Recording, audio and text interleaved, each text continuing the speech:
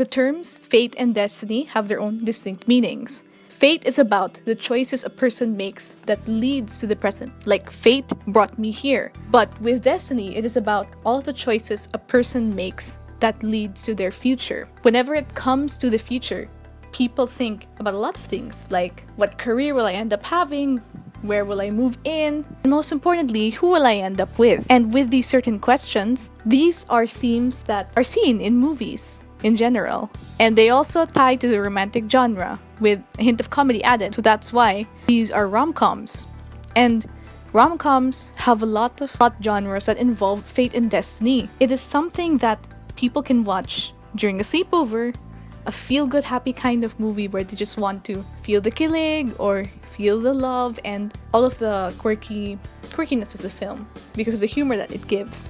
It's something that people look forward to watching when they want to chill. And these feel-good movies have their own themes like fate and destiny, but aside from that, they are popular locally, not just internationally. So the three films that are going to be discussed today are Time and Again, Finding You, and Elise.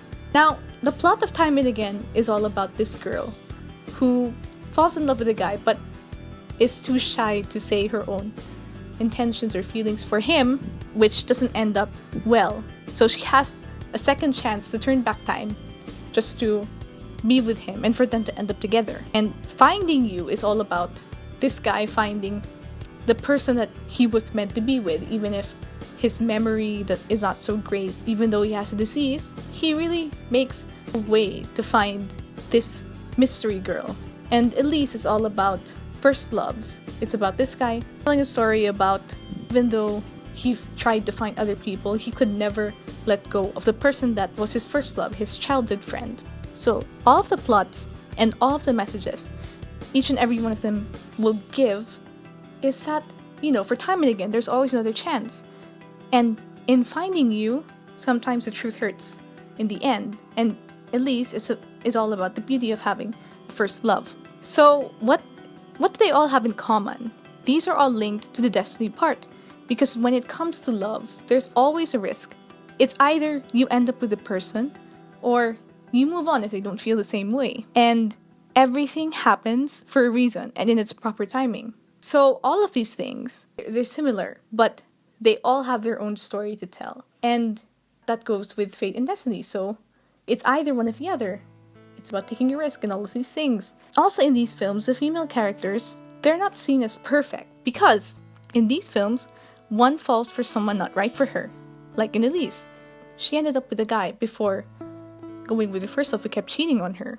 The other has to deal with rejecting her friend, which is what happens in Finding You. And the other lets fear dictate her actions, but that's what makes her lovable.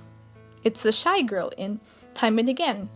She just ends up not taking the chance of being with the person that she wants to be because she's too scared of what's going to happen. And these things happen in international rom-coms as well.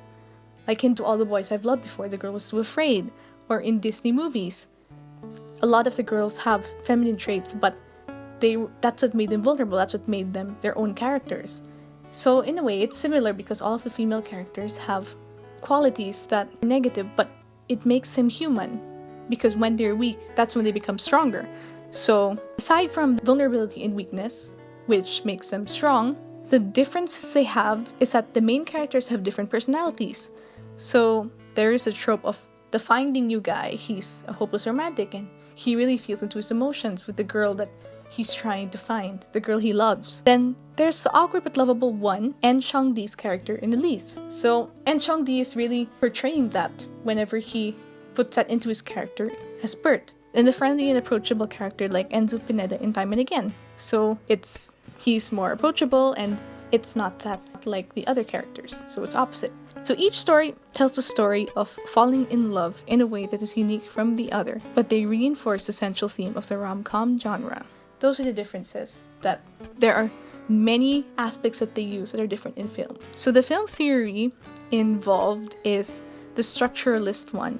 It defines the film that gives it its relatability. It's something that people see in real life, and not just something that happens on the screen. So the structure of these parts makes sense, all the way from the beginning to the conflict, the climax, and the resolution. So this is involved in all of these 3 films because everyone has had their own personal experience with love and dealing with it, which shows in the stories told. So basically, in Time and Again, the Structuralist, it shows that before her character was a timid girl, but then once the second half of it hits and she realizes that she didn't end up taking the chance, she becomes louder, she speaks up her mind, and she basically ends up resolving the conflict of the bad thing that will happen to the guy there by telling him the truth. And basically the whole truth set her free in the end. So that's the structure there. It had a before and after of the character. The conflict was resolved, and that also happens in Finding You. There was conflict, he couldn't remember, but when he did remember, he had to accept the truth. So it was more about him healing and moving on from everything that has happened in his past. So he's no longer his past self now, but he's a more healed, whole, complete version of himself. In Elise, the first love, they were at the start when they were kids. They were just carefree and happy, but when they got older, they realized they had responsibilities to do, they had finances, they also had to deal with things in relationships, they had to deal with family. So when all of that came together, it just showed that their characters really changed, but their love really grew over time. That's the whole first love part. So they changed and they matured into the people that they wanted to be, and then they were happy with each other even until the end. Like, it was still like a love worth remembering, even with what happened in the end. So it also shows the feminist theory aside from the structuralist, because this shows women as real characters and not just characters that are there to complete the identity of the man.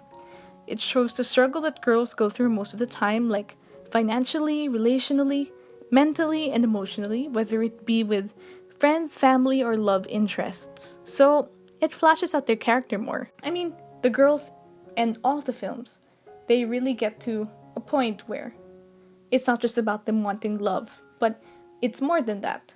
It's about their struggles and their fears and what's going to happen to them.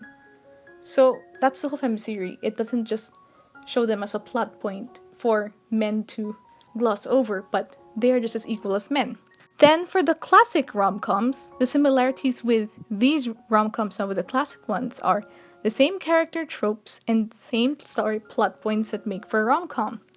Like, there's always a character like the best friend kind of sidekick to ship the main person with the love interest. So, and in like One More Chance and Time and Again, it's about having another chance even if there were hurts and wrongs in the past.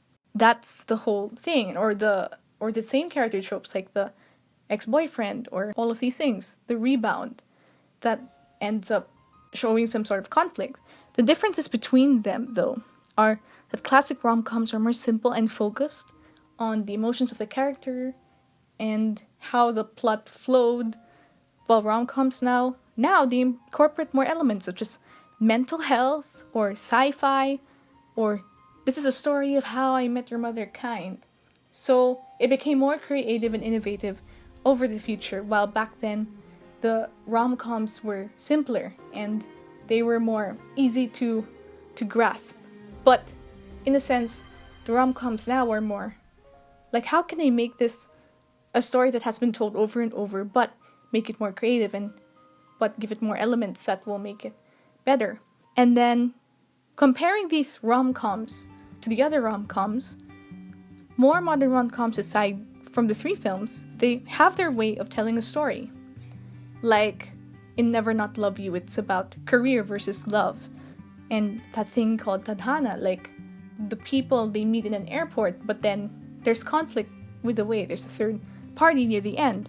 So it shows that modern rom-coms now have had a lot of ideas that are being poured out into all of these films. And in a way, it's great to think about the fact that film is just messages that are being told to other people.